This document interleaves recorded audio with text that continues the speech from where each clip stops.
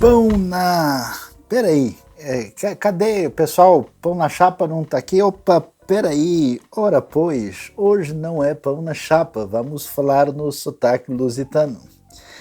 É muito interessante, diante dos nossos aqui pastéis de Belém ou pastéis de nata, afinal de contas, por que o pão na chapa virou o pastel de nata? É tão interessante observar a sabedoria bíblica quando fala daquilo que constitui a nossa realidade, o que nós somos de fato. Como é que a gente define a nossa identidade? É interessante que a nossa identidade não pode ser percebida no nível meramente individual. Nós temos a nossa conexão dentro do contexto do qual pertencemos e até mesmo dentro do contexto no eixo do tempo. Quer ver que coisa interessante? Quando você lê o livro de Hebreus, capítulo 7, verso 9, 10, 11, tem uma frase tão diferente lá, que vai dizer o seguinte, que Levi deu o dízimo a Melquisedeque por meio de Abraão. Mesmo que ele não existisse naquela época, ele entregou por meio do seu antepassado. Esse raciocínio corporativo do pensamento bíblico mostra a unidade, a pertinência que nós temos em função de Deus ter nos criado nessa constituição relacional que atravessa o eixo do tempo. Então hoje no nosso pão na chapa, ou seja, no nosso pastel de nata, nós vamos celebrar aquilo que envolve a principal coluna da nossa realidade de identidade brasileira. Brasil bonito, Brasil especial, de todas as cores, todas as raças. Aqui nós temos a beleza da participação da nossa antropologia com origem indígena, com origem africana, com origem portuguesa, com origem asiática, diversificada. Todas as caras são a cara do Brasil, mas tem uma cara muito especial que nos deu a nossa língua, a nossa matriz de construção histórica, a nossa matriz que aponta profundamente para uma terra que sabe o que é um coração cheio de saudades, para uma terra que sabe muito bem o que é comer à boa mesa. Essa terra é Portugal, que recebe hoje a nossa grande homenagem no nosso pastel de Belém, ou melhor, o pastel de natas, quando a gente celebra o que é uma maneira tão valiosa de reiterar e celebrar a própria identidade, que é celebrar as nossas raízes.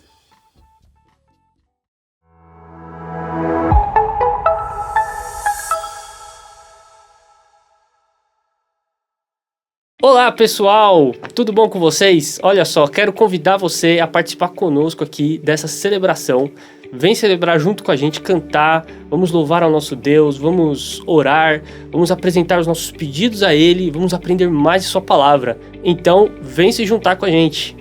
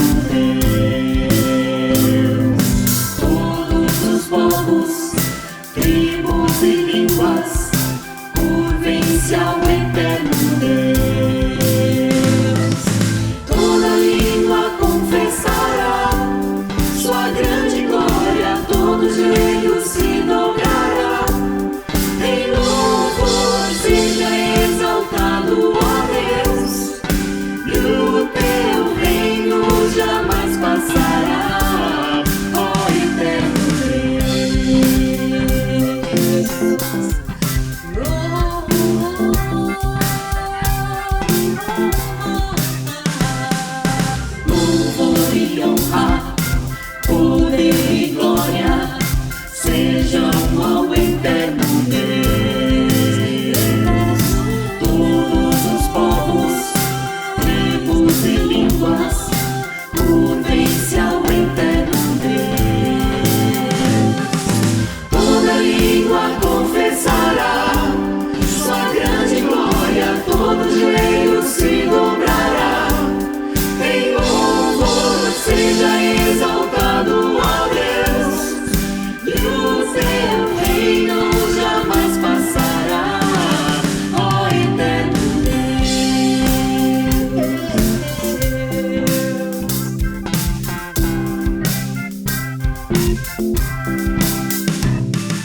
Reinará em toda a terra, cantai ao eterno Deus, por sua palavra é pra sempre.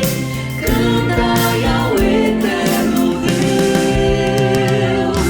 Reinará em toda a terra, cantai ao eterno Deus, pois sua palavra é pra sempre. Cantai ao eterno Deus. Toda língua confessará sua grande glória, todo joelho se dobrará. Em louvor seja exaltado, ó Deus, e o teu reino jamais passará, ó eterno Deus.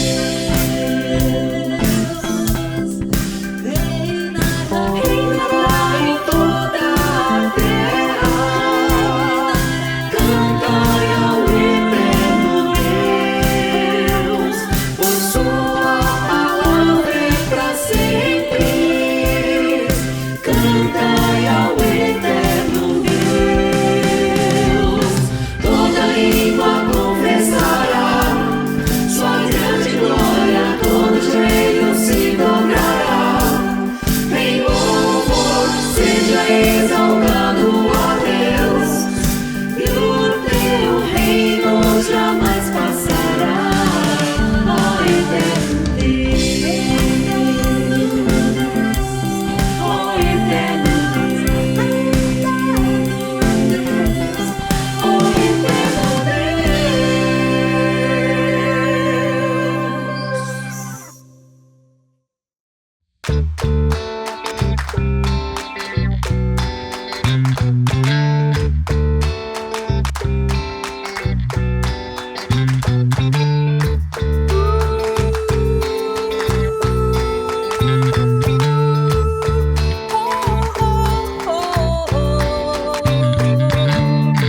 Vou até os confins da terra proclamar tua palavra.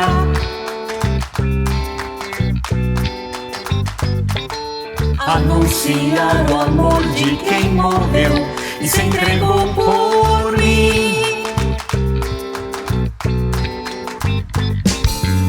Se ele foi capaz de me amar assim, como um pecador entregue ao mal,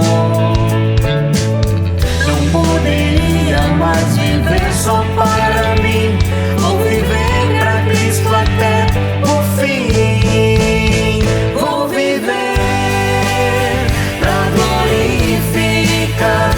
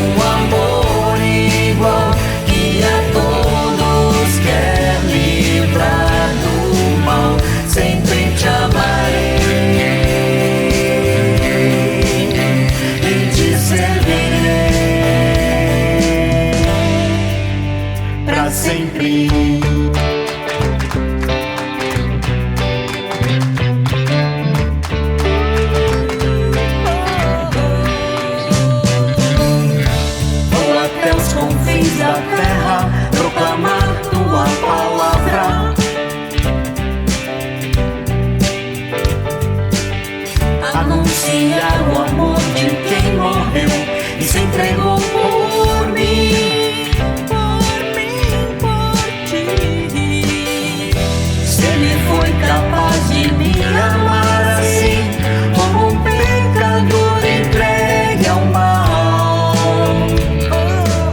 Não poderia mais viver só para mim, vou viver pra Cristo até o fim. Vou viver pra glorificar ao meu Rei amado, Salvador. Nunca vi um amor igual, que a todos quer livrar do mal. Sempre te amarei e te servirei pra sempre.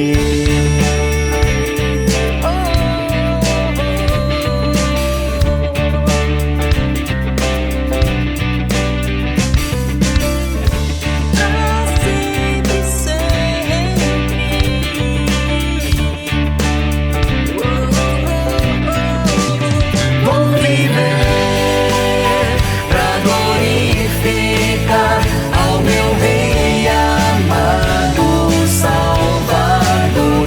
Nunca vi um amor igual, que a todos quer livrar do mal. Sempre te amarei e te servirei. Sempre te amarei e te servirei pra sempre. Te amarei, Senhor, pra sempre. Eu te amarei, Senhor, pra sempre.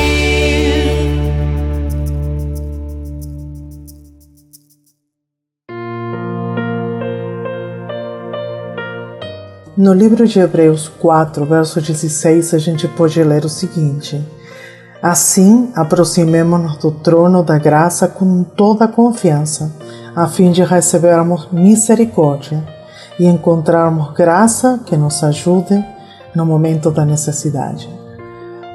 Por muito tempo, eu acreditei que Deus ia me responder segundo eu agisse, que se eu ajudava outros, eu ia ser ajudada, que se eu dava muitas ofertas, o dinheiro que vai entrar na minha conta ia ser maior, que por muito tempo eu achei que Deus me amava por aquilo que eu fazia, porque eu estava evangelizando, porque eu estava pregando a outros, porque eu estava ajudando a outros. Demorei um tempo a entender que a misericórdia dele é que ele me escuta, porque simplesmente ele ama escutar os seus filhos. E como que eu sou uma filha dele, ele ama me escutar. É relacionamento, é me aproximar a ele e poder falar de coração aberto tudo que está dentro de mim. E me aproximar sem medo, com confiança total, sabendo que a misericórdia dele é enorme e ele está disposto a escutar. A coisa que para outro pode parecer boba ou problema maior. Assim que te convido, você que está na casa, que está na celebração online, aquele que está escutando no lugar do mundo que se encontre, vamos orar juntos e nos aproximar ao altar de Deus, sabendo que podemos nos aproximar com total confiança. Pai amado e poderoso, obrigado por esta oportunidade de estarmos juntos, apesar de toda a distância geográfica. Pai, obrigado porque nos podemos chamar de filhos e filhas teus. Obrigado, Pai, porque o Senhor está disposto a nos escutar sem problema. E além disso, muito feliz por nos escutar. Senhor, quero te pedir neste momento por cada uma das pessoas que estão participando nesta celebração, seja neste momento, ou seja mais na frente escutando. Senhor, abençoa eles, cuida de cada um deles, que eles possam sentir o teu cuidado, a tua paternidade, o teu amor presente na vida deles. Senhor, que no momento que eles e eu e cada um de nós venhamos a abrir a tua palavra, que venhamos a aprender de forma clara. Senhor, te peço por aqueles que estão doentes. Senhor, traz cura sobre eles, traz restauração sobre o corpo deles. Te peço por aqueles que estão passando por problemas, Senhor, seja familiar, seja no trabalho, da índole que seja. Senhor, traz paz e tranquilidade no coração deles, até que tudo se solucione. Senhor, te peço por aqueles que estão escutando e ainda não te conhecem.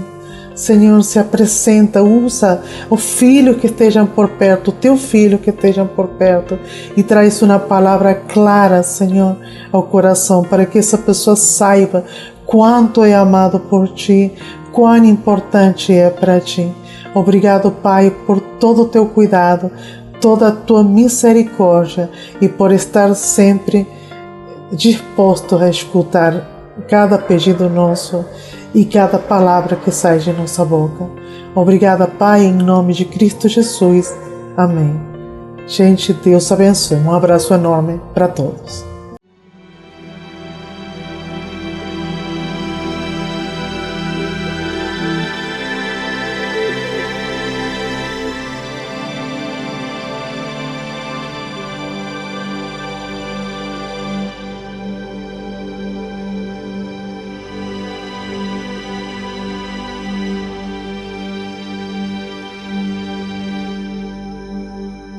빛나는 왕의 왕 영광의 주님 온 땅 기뻐하라 온 땅 기뻐하라 kleine sich in mich, das Dunkle hält in mich und viel zu weit spricht und viel zu weit spricht. How great is our God? Sing with me, how great is our God? Now we'll see how great is our God.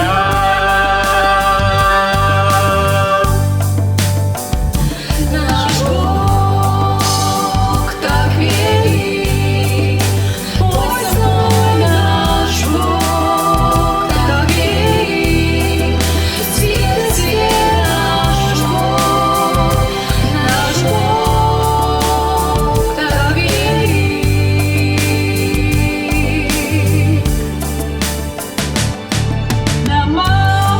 Namamalagi ka, lahat ng panahon, ikaw ang simula at ang katapusan. Mubaranayega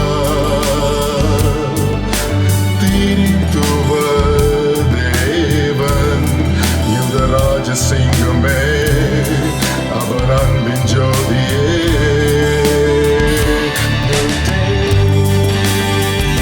Dana Varirano Shu Anadawa Zenjuachu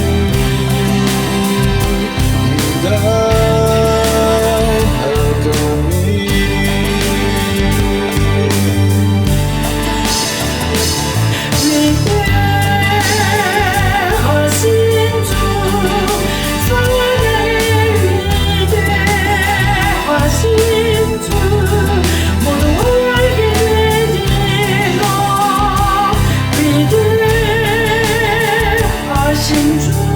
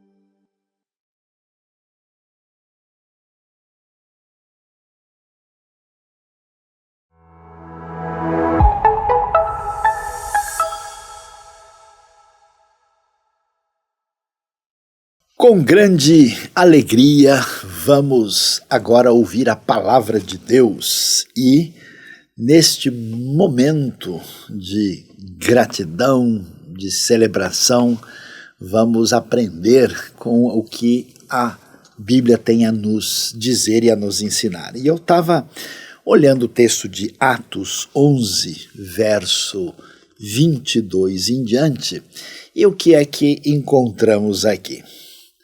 A Bíblia diz: notícias desse fato chegaram aos ouvidos da igreja em Jerusalém e eles enviaram Barnabé a Antioquia.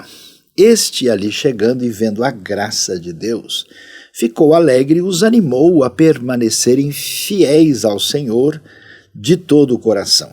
Ele era um homem bom, cheio do Espírito Santo e de fé, e muitas pessoas foram acrescentadas ao Senhor. Então Barnabé foi a Tarso procurar Saulo, e quando o encontrou, levou-o para Antioquia. Assim, durante um ano inteiro, Barnabé e Saulo se reuniram com a igreja e ensinaram a muitos. Em Antioquia, os discípulos foram, pela primeira vez, chamados cristãos. Hoje vamos refletir sobre um tema que diz o seguinte: crente que não lia sempre teve medo de Antioquia. Não sei se a gente pode observar direitinho aqui o que o texto bíblico nos apresenta. Nós vamos encontrar uma referência muito clara ao que acontece na igreja primitiva. Essa igreja que originalmente está situada apenas em Jerusalém, e essa igreja que tinha até a direção da parte do próprio Jesus, que deveria se expandir para outros contextos e até mesmo outros grupos étnicos, ela não vai nessa direção e então começa um momento difícil, há uma perseguição, a igreja chega a Samaria, no capítulo 10 ela chega ao primeiro não-judeu, que é Cornélio, e agora essa realidade da perseguição, da dificuldade, faz com que nós tenhamos, digamos assim, uma primeira comunidade realmente diversificada de seguidores de Jesus que está na cidade de Antioquia, que é chamada na Bíblia de Antioquia da Síria, hoje ficando ali no território que pertence ao país Turquia nos dias atuais. E ali então começa o movimento. E é interessante o texto de Atos dizer para nós aqui que em Antioquia os discípulos foram chamados pela primeira vez de cristãos, o nome que vai permanecer sobre a comunidade da fé de maneira permanente na história, né? E é interessante a gente olhar isso porque, de fato, né, na minha experiência, vendo a história da igreja, a gente descobre sempre que crente que não lia sempre teve medo de Antioquia. Mas olhando na sequência, o que a gente descobre dessa igreja de Atos? É uma igreja do Espírito. A gente vê que todo movimento que acontece aqui é claramente definido pela ação do Espírito de Deus. Ao mesmo tempo, como nós podemos ver, né, que desde o começo ali nós temos a ideia de que a mensagem do Evangelho deve atingir Jerusalém, a Judéia, Samaria e os confins da terra. Então essa é uma igreja missionária, além de ser uma igreja do Espírito, e é uma igreja que cresce, se desenvolve a partir, vamos dizer, de um projeto bem pensado. Então é uma igreja também estratégica. Esses três elementos estão presentes com muita clareza. E aí, para a gente ver como é que isso se desenvolve, vamos ver como é que essa igreja de Antioquia, que para muito povo, muita gente nos traz aqui uma atitude de reticência, de questionamento e de dúvida. Vamos ver como é que ela se desenvolve e olhamos então Atos capítulo 13. E o que o texto nos diz? Nós lemos o seguinte ali: na igreja de Antioquia havia profetas e mestres, Barnabé, Simeão, chamado Níger, Lúcio de Cirene, Manaém, que fora criado com Herodes, o tetrarca, e Saulo. Enquanto adoravam o Senhor e jejuavam, disse o Espírito Santo: separem-me Barnabé e Saulo para a obra a que os tenho chamado. Assim, depois de jejuar e orar, impuseram-lhe as mãos e os enviaram. Enviados pelo Espírito Santo, desceram a Seleucia e dali navegaram para Chipre. Chegando em Salamina, proclamaram a palavra de Deus na sinagoga judaica. João estava com eles como auxiliar. Aqui nós vemos a descrição da primeira viagem missionária. Ou seja, quando a igreja, vamos assim falar de maneira mais clara, saiu, podemos dizer, das quatro paredes, inicia um projeto de expansão da mensagem de salvação de Cristo Jesus. E é interessante a gente observar, né, como tudo acontece de maneira dirigida pelo Espírito, como nós vemos, o Espírito de Deus agiu aqui. A gente vê que Paulo vai com Barnabé, e eles vão para Chipre, eles têm uma estratégia elaborada, João Marcos está ali para ajudar, e chama a atenção que tipo de comunidade é essa. Olha que coisa interessante, porque a gente tem Barnabé, que é um judeu da diáspora, de fora da terra de Israel, que veio de Chipre. Temos Simeão, que é chamado literalmente negro. Então ele é um africano que faz parte dessa comunidade, talvez fosse um prosélito. Lúcio de Cirene, Cirene é o nome antigo da Líbia, também no norte da África, depois do Egito. Nesse momento, um lugar de colonização originalmente grega, depois romana. Manaém, olha só, que fora criado com Herodes. Então você tem alguém aqui meio que da casa, vamos dizer, ligada ao governo romano. Herodes é de origem idumeia, mas ele representa o poder romano na terra de Israel nesse momento. E o texto vai falar, o Herodes aqui, no caso, um dos filhos do Herodes o Grande, o tetrarca, e Saulo, que é esse judeu de origem farisaica, muito versado nas escrituras e em toda a tradição. O que a gente descobre? Essa realidade dessa comunidade da fé original é uma comunidade marcada para levar o evangelho para as nações e, curiosamente, uma comunidade diversificada. Pessoas de perfil diferente, gente que evoca toda a realidade que, de certa forma, a gente vê aparecendo na própria narrativa do Pentecoste em Atos 2. Se você olhar e lembrar bem o que acontece ali em Atos 2, você vê uma referência de gente que tem a ver com todos os lugares em volta da terra de Israel nesse momento. Então a gente pode lembrar que lá se menciona gente que veio do Ponto, da Capadócia, de Creta, da Arábia, de diversos lugares, porque o poder do Espírito age levando graça para as nações. Então nós podemos observar aqui que é uma coisa difícil, porque que essa gente que não está na correta sintonia, que não aprendeu com aquilo que lia, tem medo de Antioquia, porque não consegue perceber a dimensão ampla do evangelho na missão que tem o foco de alcançar todo o povo, tribo, língua, raça e nação. E aí, olhando para o texto, a gente pergunta, mas espera aí, meu amigo Saião, me diga uma coisa, mas não foi Deus mesmo que, em vez de levar a sua mensagem para o mundo todo, ele é que parece ter feito assim uma espécie de escolha limitadora? Não foi Deus que disse, olha, Israel é o meu povo especial e, de certa forma, os outros povos estão numa categoria diferente? Mas será que é esse o foco mesmo? Vamos olhar o que aparece na Bíblia como o foco da escolha de Israel. Olha só comigo, acompanha o que o texto diz lá em Deuteronômio capítulo 7, ainda na Torá, na própria lei. O texto diz assim: o Senhor não se afeiçoou a vocês, nem os escolheu por serem mais numerosos do que os outros povos, pois vocês eram o menor de todos os povos. Mas foi porque o Senhor os amou e por causa do juramento que fez aos seus antepassados. Por isso ele os tirou com mão poderosa e os redimiu da terra da escravidão do poder do faraó, rei do Egito. Deuteronômio capítulo 7.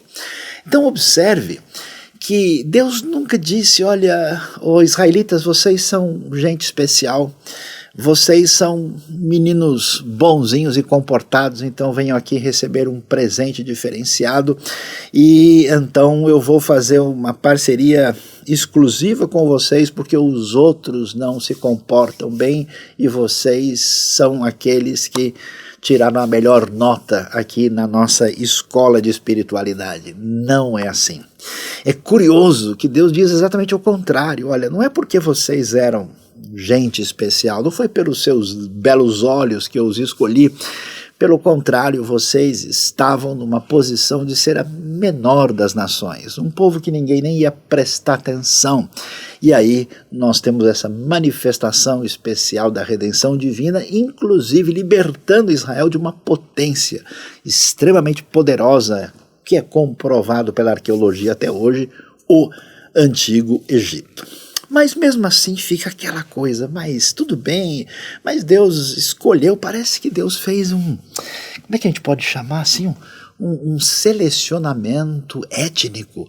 Ou seja, ó, se você é israelita, você pode ser até pequeno, mas você, digamos, é de uma raça especial. Mas será? Olha só, preste atenção e vamos aprender com a palavra de Deus para ver o que é que a Bíblia de fato nos apresenta. Veja só o que encontramos no livro de Êxodo, capítulo 12, verso 38. Quando esse povo está saindo do Egito, a Bíblia diz que grande multidão de estrangeiros de todo tipo seguiu com eles, além de grandes rebanhos, tanto de bois como de ovelhas e cabras. Ou seja, Israel não era exatamente uma etnia.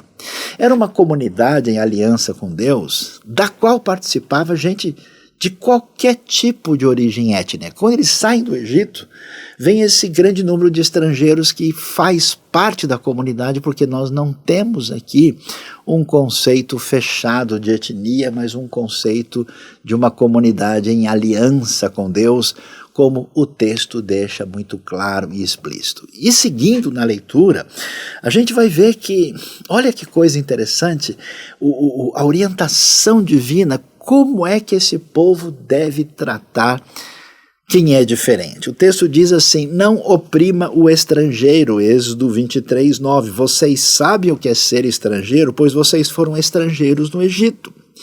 E além disso, nos profetas de Israel, nós vamos encontrar, lá no livro de Amós, uma coisa curiosa demais. Assim diz o Senhor: por 3 transgressões de Moabe, porque ele queimou até reduzir as cinzas dos ossos do rei de Edom, assim diz o Senhor: por 3 transgressões de Israel, ainda mais por 4, não anularei o castigo. Ou seja, Deus está dizendo o seguinte, quando ele olha para as nações, porque o Deus que se revela a Israel não é um Deus simplesmente israelita, ele é o Senhor do universo, ele é o Deus de toda a terra, ele é o Deus da história, e ele está dizendo: olha, o que nós vemos aqui, o que acontece entre Moabe e Edom, quando Moabe atacou Edom e fez o que fez, Deus reparou. Ou seja, não é porque não faz parte do povo da aliança que Deus vai desconsiderar porque não me diz respeito. E aliás, na sequência, Deus diz, assim como ele questiona e repreende Moabe pelo seu erro, a mesma coisa ele faz com Israel. Desse modo, a gente vai perceber aquela visão que nem sempre está correta, de muita gente que imagina, no Antigo Testamento você tem um Deus exclusivamente judeu, e que rejeita os outros povos, e que ele é totalmente irado, e que ele é absolutamente exclusivista. Não é isso que encontramos numa evidência clara das Escrituras sagradas. Deus sim começa a agir na história da redenção, no meio do povo de Israel, para transbordar com sua graça na direção de todas as nações. Daí a relevância plena da necessidade da missão. E é exatamente essa missão que a gente vê destacada no livro de Atos, e aqui a gente viu que esse pessoal que nem sempre lia, claro, vai ter medo de Antioquia, porque está fechado na sua realidade, está olhando para o próprio umbigo, não está percebendo a dimensão maior. Eu acho curioso e extraordinário, vamos dizer, o senso de humor da parte de Deus. Como é que Deus vai fazer esse caminho para ir ao encontro das nações? Ele vai usar exatamente de todo aquele pessoal, daquela comunidade bonita de Antioquia. Talvez, assim, a última pessoa que a gente pudesse apostar que Deus usaria para ampliar os caminhos de Antioquia seria Saulo de Tarso. Primeiro que ele se converte depois. Imagina, ele foi discipulado pelo próprio Barnabé.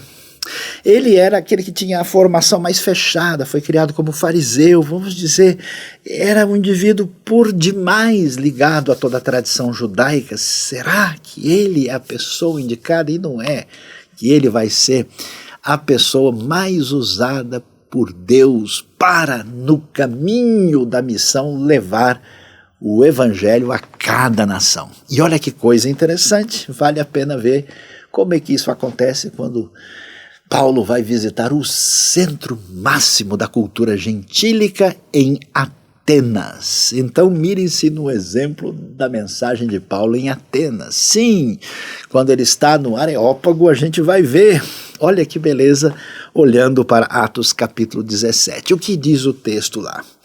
Paulo, pregando aos atenienses, vai fazer uma sintonia completa com a realidade histórica e cultural daqueles estudiosos helênicos do passado.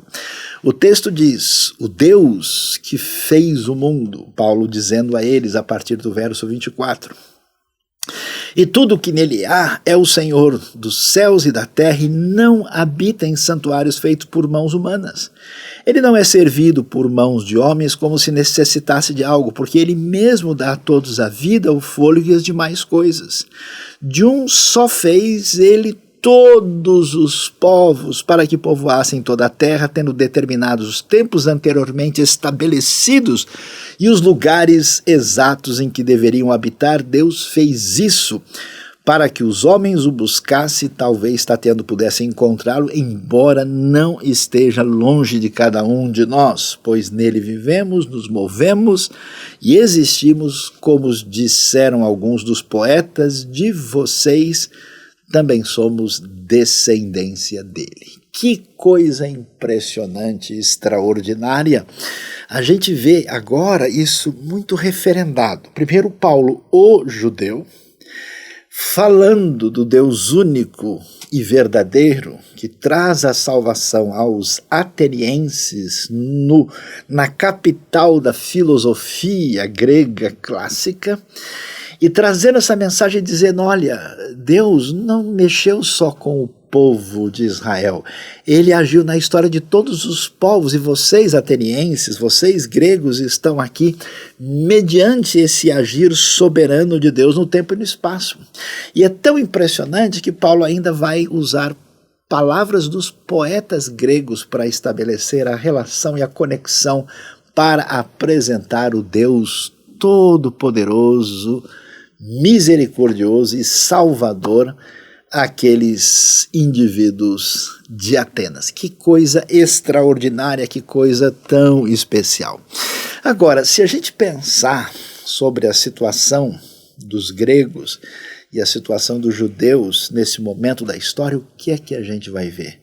Um momento muito difícil. Porque assim como no mundo antigo os israelitas haviam sofrido tanto debaixo do jugo egípcio, a grande potência que os escravizou, de maneira semelhante, agora é a época do poderoso, cruel e imbatível Império Romano. Aliás, os tempos são difíceis.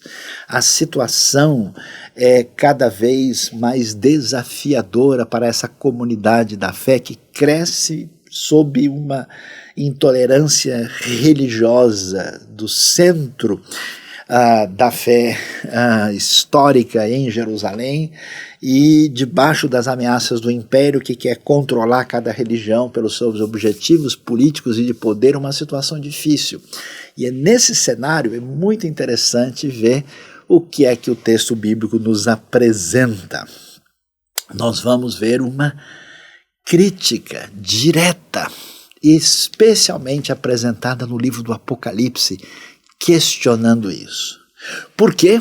Porque o Jesus, Senhor, Salvador, o Jesus que foi morto como um cordeiro e agora é apresentado, além de cordeiro, como leão, apresenta a sua plena justiça e a sua ação contra essa postura dos grandes poderes do mundo quererem tomar o lugar de Deus e agirem de uma maneira indevida, inadequada para com os outros seres humanos. Aí você vê aquilo que a gente pode dizer que é a essência daquilo que se torna o problema da discriminação, o problema da subjugação de outros grupos humanos, toda essa relação histórica problemática encontrada em praticamente todas as culturas na história humana, a desumanização do próximo de uma maneira que ele é reduzido a objeto para o uso indevido daquele que se apresenta preponderantemente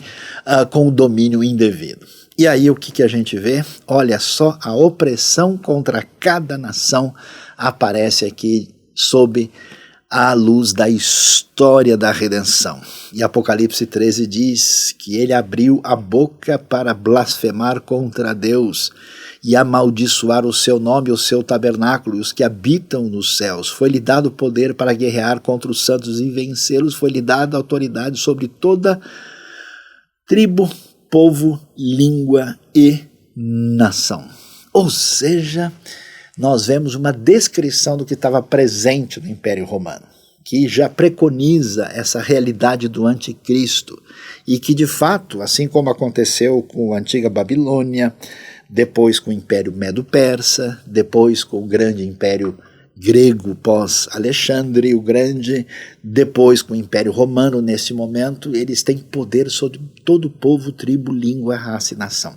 Então você começa a perceber essa realidade curiosa, que no seio da fé, da revelação de Deus, como floresce já plenamente em Antioquia, nessa comunidade diversificada de pessoas, você tem esse caminho de ultrapassar fronteiras, de unir pessoas diferentes debaixo do reino legítimo do Messias Salvador, e isso é um contraste com esses impérios poderosos que avassaladoramente dominam todo o povo, tribo, língua e nação, sob a égide do mal, numa espécie de controle perverso que entra nesse conflito com a proposta do reino de Deus. E é tão interessante ver que o Apocalipse meio que celebra a vitória, da grande vitória daqueles que são libertados pelo poder daquele que é o Messias Salvador. E o que nós lemos? Nós lemos essa celebração da redenção das nações, porque esse amor de Deus, esse amor que aparece na Bíblia é um amor que abraça gente de toda raça. Olha só o que nos diz ainda o Apocalipse, capítulo 5, verso 9. E eles cantavam um cântico novo. Tu és digno de receber o livro e de abrir os seus selos, pois foste morto e com teu sangue compraste para Deus gente de toda tribo, língua, povo e nação, e tu os constituíste reino e sacerdotes para o nosso Deus, e eles reinarão para sempre. Que coisa extraordinária, que coisa bonita. Você vai ver que a figura nessa grande celebração é como a ação de Deus aqui estivesse comprando na famosa ágora, no mercado de escravos, gente de tudo quanto é pano de fundo que estava escravizado, eles foram comprados. E aqui a frase de novo, toda tribo, língua, povo e nação. E eles são constituídos à semelhança dos israelitas, conforme o texto de Êxodo 19, eles são chamados de reino de sacerdotes. Então você imagina a cabeça do imperador romano ou dos líderes de Roma vendo, peraí, tem um pessoal que está dizendo que eles são um reino. Que história de reino? Mas quem é o rei deles? Então, o rei é aquele que foi morto lá em Jerusalém. Mas como ele foi morto em Jerusalém? Que tipo de rei esse pessoal imagina que eles têm? Era uma loucura na cabeça desse pessoal, mas eles ficavam certamente assustados, pensando, talvez esses cristãos estão querendo fazer algum tipo de revolução política, e nunca foi o caso. Jamais a proposta de Jesus e seus discípulos foi conquistar qualquer coisa pela espada. E olha só, e a promessa do texto é que eles reinarão sobre a terra.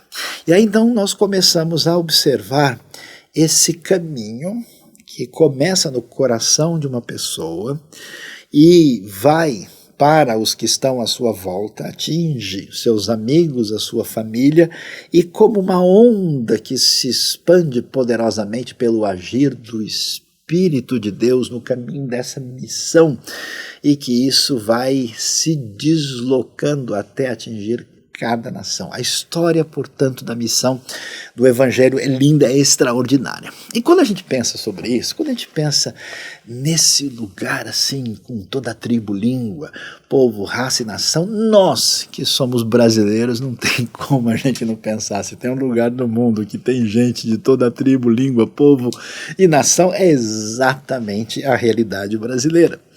E é interessante, né, que a identidade desse povo que aparece na Bíblia é uma identidade marcada por uma realidade que eles vão ser chamados, assim como foram os israelitas, essa comunidade misturada de pessoas. Eles são chamados, né, conforme o texto de Pedro diz com clareza, vocês, porém, são geração eleita, sacerdócio real, nação santa, povo exclusivo de Deus, para anunciar as grandezas daquele que o chamou das trevas para a sua maravilhosa luz. Antes, vocês nem sequer eram povo, mas agora são povo de Deus, não haviam recebido misericórdia, mas agora a receberam. Então você imagina, né, essa comunidade desse mundo que tem o quê? Povos, grupos específicos com sua etnia, cada um vivendo no seu canto, e um poder maior que meio solapa todo mundo. De repente, sobre uma comunidade de gente que se considera irmão, estão debaixo desse domínio especial da parte de Deus, e eles estão aqui nessa situação de formar um novo povo desafiando essa realidade. É impressionante. Então, essa comunidade impressionante, diversificada, que nos leva agora a pensar na nossa realidade de hoje, como eu mencionei, na realidade da experiência brasileira, onde nós temos um espaço, esse país aqui que nem era povo e agora se tornou, com gente de todo tipo que, através de contingências históricas, passou a formar essa nova nação. E, de fato, é interessante, né, a história diversificada desse Brasil, né, que começa lá com uma colônia portuguesa, que vai ter portugueses, indígenas, africanos, imigrantes da Europa, da Ásia, da América do Norte, Itália, Alemanha, Portugal, Espanha, Líbano, Síria, Japão, e nos últimos tempos recebendo chineses, coreanos, bolivianos, haitianos, afegãos, gente de todo tipo presentes na nossa realidade de experiência histórica. E a gente pensa, né? Como é que um povo sofrido, um povo que é marcado pela vamos dizer, a gente sabe que todo movimento de migração sempre tem uma história geralmente desafiante, pessoas que fugiram de guerras, de situação de escassez, de ambientes com problemas de natureza política, ou até mesmo de situação mais desesperadora, e de fato, né, parte da imigração é uma história de busca de horizontes melhores e de esperança, e parte é estratégia de sobrevivência. Sabe uma coisa curiosa, interessante? Parece que o maior desafio que a gente enfrenta numa situação dessa tem como principal sinal de ação na direção de enfrentamento, o que a gente pode chamar de enfrentamento literário. É interessante isso. Você vai ver que as obras mais significativas, né, da literatura, se você for ler aí um Machado de Assis, né, ou até mesmo ler um Edgar Allan Poe ou um Dostoiévski, a gente vai ver que a experiência difícil, a dor, ela parece que abre um caminho para discutir com a realidade sobre a força do talento criativo da literatura. Não é interessante? Se tem uma região do Brasil que a gente pode assim destacar com uma presença talvez mais diversificada de todo tipo de gente e com uma vasta experiência literária que marcou a nossa história, claro que as outras regiões também, norte, centro-oeste, sul, sudeste, tem muito, mas muito mesmo, mas hoje, como exemplo, queria destacar a experiência literária especial do Nordeste. E dá uma olhada só nas referências de construção de cultura que nós temos. Graciliano Ramos e Aurélio de Holanda, que vieram de Alagoas, João Cabral de Melo Neto e Manuel Bandeira de Pernambuco, José de Alencar e Raquel de Queiroz do Ceará, Gonçalves Dias do Maranhão, Castro Alves e Jorge Amado da Bahia, Ariano Suassuna da Paraíba, Tobias Barreto, grande filósofo de Sergipe, Oscar Clarke e Assis Brasil do Piauí, Câmara Cascudo do Rio Grande do Norte. Olha que coisa interessante e surpreendente. E esse caminho de enfrentamento da realidade, esse encontro de gente diferente que caminha na direção de tentar construir junto, a gente tem o que a gente pode chamar de uma redefinição de identidade. E aí é interessante que uma experiência análoga a gente encontra nessa realidade do próprio Evangelho. A identidade no Apocalipse, no Novo Testamento, na comunidade cristã de Atos, ela é descoberta porque tem a ver com encontrar-se em Deus, em Cristo, é autoestima, é achar propósito de vida. Ou seja, que coisa extraordinária descobrir que a maneira que esse povo que começa a receber o Evangelho, que muitas vezes sua etnia não tinha valor nenhum, ele é simplesmente um bárbaro. Muitas vezes vem de um pano de fundo que não tem nada a oferecer nem aos judeus, nem aos romanos e nem à própria sabedoria grega.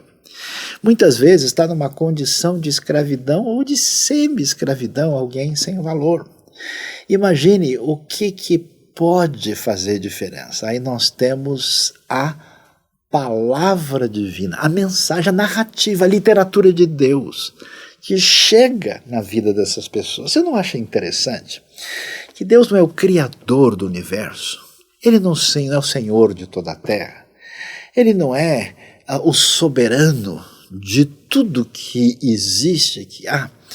E Deus não poderia, de alguma maneira, trazer a sua salvação, a sua redenção, o seu agir, talvez de uma forma que a gente pudesse dizer, uau, agora sim, eu percebi, vi, e não tenho dúvida de nada. Deus poderia talvez ser mais previsível e mais compreensível pela nossa frágil capacidade de entendimento da realidade, e Deus resolve mandar palavras para você. Deus resolve escrever livros. Deus resolve falar. Deus envia a sua grande salvação através do Verbo que esteve entre nós. Tendo Deus outrora falado de muitas maneiras, nos últimos dias nos falou pelo Filho. Esse Deus que conversa, esse Deus do diálogo, esse Deus das palavras, é o Deus que se apresenta nessa dimensão absolutamente impressionante. O que a gente descobre aqui? A gente descobre, portanto, que missão e revelação de Deus através desse santo enfrentamento da realidade através da palavra divina. A missão nos leva ao principal objetivo, que é contar história, que é falar de Deus, que é trazer a santa narrativa divina, o discurso extraordinário que reordena a realidade, que enfrenta o caos do mundo, que coloca um ponto de interrogação nas dúvidas cruéis e difíceis, e que através de construção de uma realidade a partir do poder do Espírito e da fé, esboça um caminho que rompe no meio das trevas, na construção daquilo que se desenvolve em duas direções. Uma, da comunhão, desaparecem as barreiras. Não importa se o sujeito é africano, europeu, das Américas, da Ásia, agora ele é meu irmão. Não importa a diferença social, não importa os aspectos distintos, o que nos une é maior do que aquilo que nos distancia.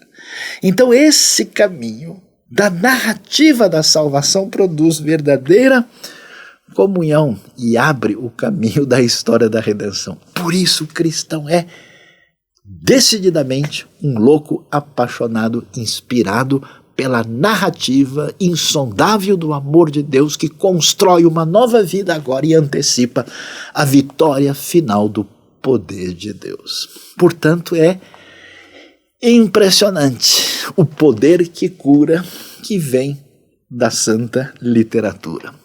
Daí a gente descobre que nem Império Romano, nem qualquer organização ligada à União das Nações, nem qualquer tentativa histórica de qualquer intenção humana foi capaz de fazer aquilo que a realidade do reino de Deus traz, que é a Igreja das Nações. Aliás, das Nações Unidas, unidas em Cristo. Essa igreja, esse povo de Deus que agora, mediante o fascínio dessa palavra poderosa de Deus, nos confere nova identidade, identidade inabalável, identidade extraordinariamente firme em Cristo, que nos diz de fato quem somos e para onde estamos indo. Ela também nos confere alteridade, porque quando eu estou na minha ilha, no meu pedaço, na minha etnia, na minha cultura, no meu mundo perdido e preso em mim mesmo, quando eu estou diante do outro, eu sou desafiado a conhecer o outro, a trocar experiência, a trocar vida. E o espaço especial da troca de palavras narrativas e elementos nos leva a um caminho extraordinário de sair de nós mesmos na direção do próximo, que além de amarmos a Deus, o caminho que Ele nos propõe é amar ao próximo, para que juntos, nessa nova identidade, nesse caminho de alteridade, a gente caminhe na direção de continuar contando história, caminhando na direção dessa missão. E sabe o que acontece? É que é tão legal a gente ver que a história tem o seu capítulo final. Ela tem o seu epílogo. A vitória completa é antecipada. O reino de Deus, ou dizer isso na época do Império Romano, era uma verdadeira loucura. Hoje eu vejo tanta gente desesperada, gente sublinhando o caos do mundo, gente antecipando todo tipo de problema que estamos tendo ou que vamos ter, e até alguns assim que parecem clamar por problemas. Tem gente inclusive viciada em narrativas dolorosas. que a gente vê? Que o reino do mundo se tornou do Senhor e do seu Cristo, e ele reinará para todo sempre. Você imagina que é uma comunidade da fé perseguida por Nero, perseguida, morrendo e tendo coragem de escutar e repetir isso: o reino do Senhor vence o Império Romano. Por isso, hoje, eu queria dividir com você essa palavra de tanta esperança e que deve mexer com o nosso coração. Qual é a verdadeira esperança da sua vida? É ser curado pelo poder da palavra. Não é interessante que a gente cria identidade, a gente constrói uma cultura contando história? Nossos amigos Graciliano Ramos, Machado de Assis, Raquel de Queiroz, Oswald de Andrade, que beleza fizemos o Brasil. Se essa literatura tem esse poder, você imagina só o poder e a força das palavras que vieram dos céus e chegaram a nós, e extraordinariamente constrói as narrativas que enfrentam a realidade.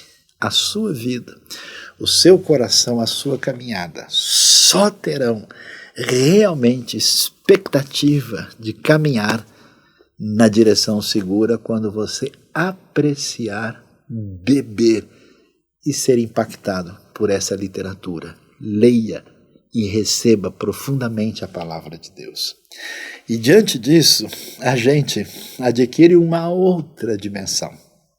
Consciente dessa identidade, a gente vai junto, vai se atrapalhando, e como israelita com o estrangeiro, caminhando no deserto, na direção da terra prometida, a gente vai caminhando, mas certamente debaixo do Deus de toda a graça, nessa história que termina no final de maneira triunfal, anunciando a salvação sempre juntos na missão. Deus abençoe a sua vida e abençoe o seu coração. Amém.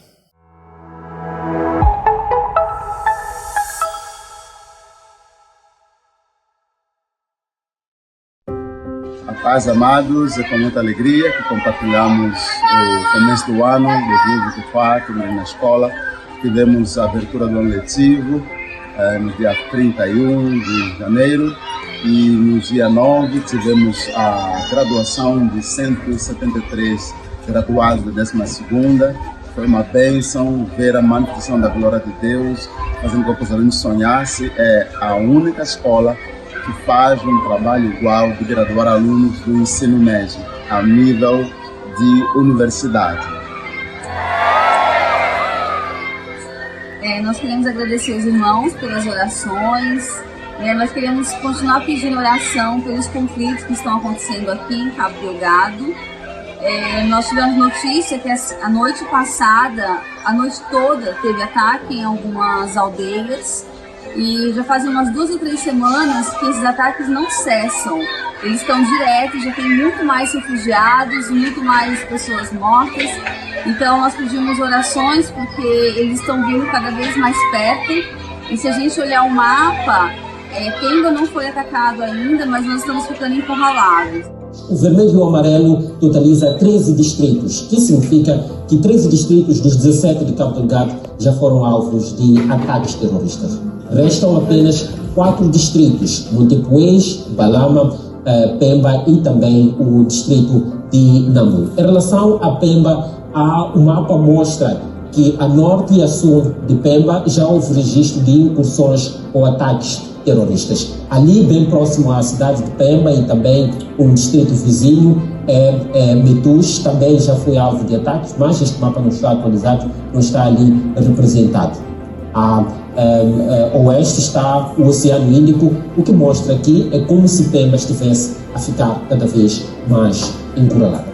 Então nós pedimos orações dos irmãos por aqueles que perderam seus parentes, por aqueles que perderam suas casas e não têm onde ficar neste momento. Nós cremos num Deus que é poderoso e pode se manifestar nessa hora, em nome de Jesus.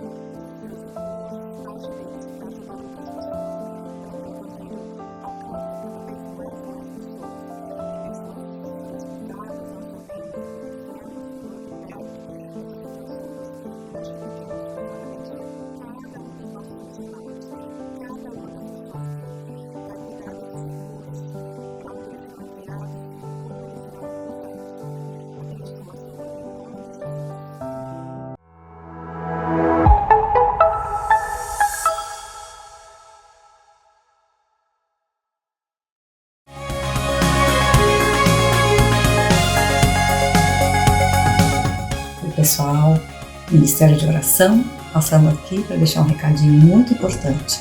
Próxima segunda-feira é a última segunda-feira do mês, isso quer dizer que teremos reunião online de oração. Então, todos estão convidados, homens, mulheres, quem estiver na sua casa pode participar com você. Se você quiser chamar o seu vizinho, também pode participar, são todos muito bem-vindos. Você precisa se inscrever para receber o link e participar com a gente. Próxima segunda-feira, 21 horas, tá bom? Eu quero deixar outro convite aqui. Se você vem na nossa celebração presencial, nós nos reunimos meia hora antes da celebração para orarmos juntos. Então você também está convidado a participar, para vir, para nos conhecer, para se enturmar, para colocar os seus pedidos, tá bom? Meia hora antes da celebração, se você puder chegar um pouco mais cedo, vai ser muito bem-vindo também. Combinado? O Ministério Integre, no dia 2 de março, que é o primeiro sábado de março, está trazendo o André Daniel Heinck, autor de vários livros, né? Como Os Outros da Bíblia, Aqueles e a Bíblia, Nós e a Bíblia. E ele vai trazer uma palestra, um estudo muito especial pra gente, no dia 2 de março, às 19 horas, no Espaço IBNU.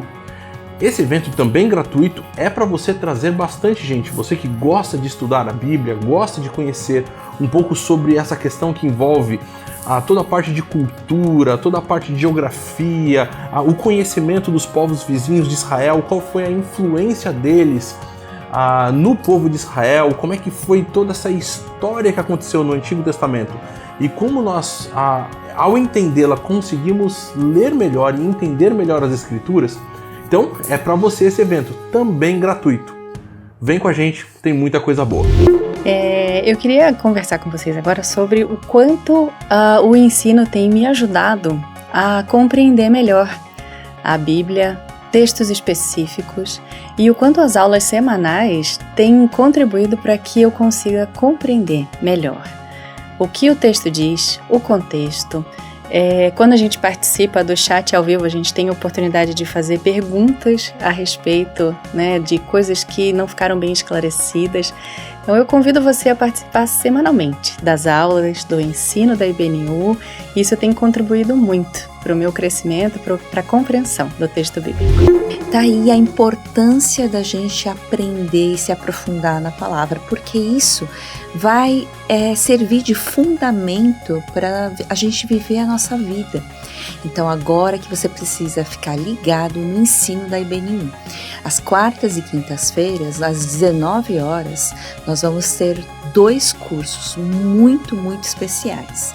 Uma vai ser sobre as cartas pastorais. A gente vai entender um pouquinho mais como a gente tem que viver a nossa vida, não só para os pastores, mas para os líderes, para as pessoas que estão na comunidade de alguma forma envolvidos. A nossa vida cristã, como é que a gente precisa levar.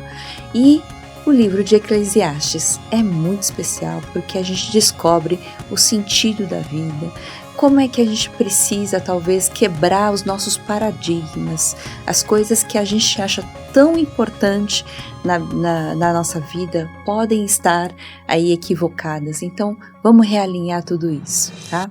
Vem para o ensino da IBNU.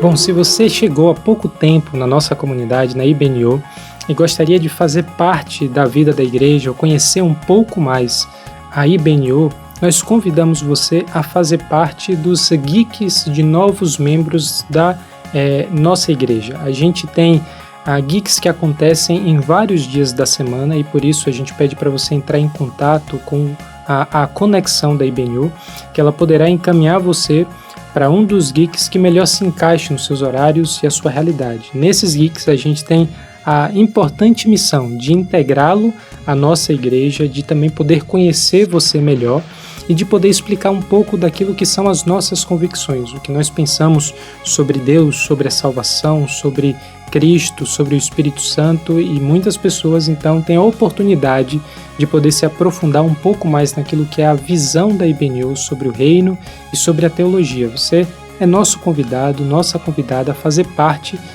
dos novos membros da IBNU. Que bom que vocês estão conosco durante todo esse tempo maravilhoso, compartilhando as coisas do nosso Deus querido. Então, você não se esqueça de se inscrever no nosso canal, compartilhe os nossos conteúdos. Nós temos atividades para vocês todos os dias da semana. Fiquem ligados, fiquem atentos e compartilhe. Boa semana e Deus que Deus abençoe. abençoe.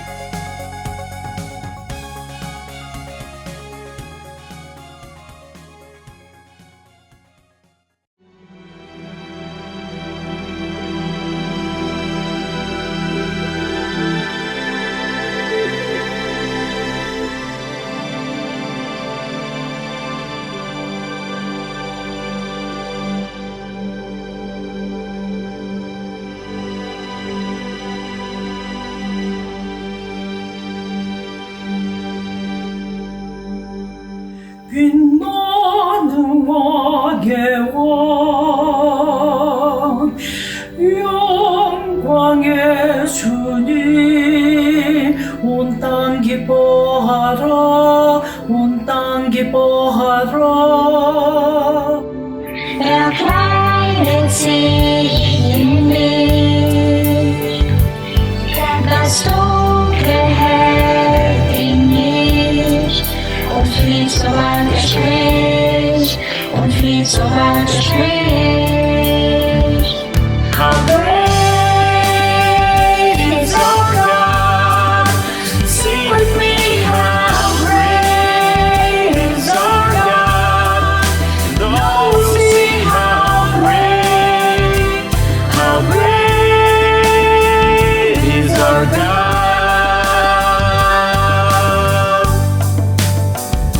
Наш Бог так велик, ой, знай, наш Бог так велик, свете наш Бог так велик.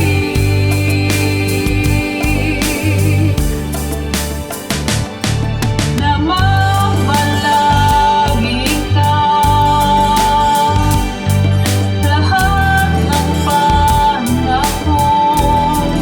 ikaw ang simula at ang katapusan. Buberane Jäger, Tirituva Devan, Yudaraja Singame, Avaran Binjodiye.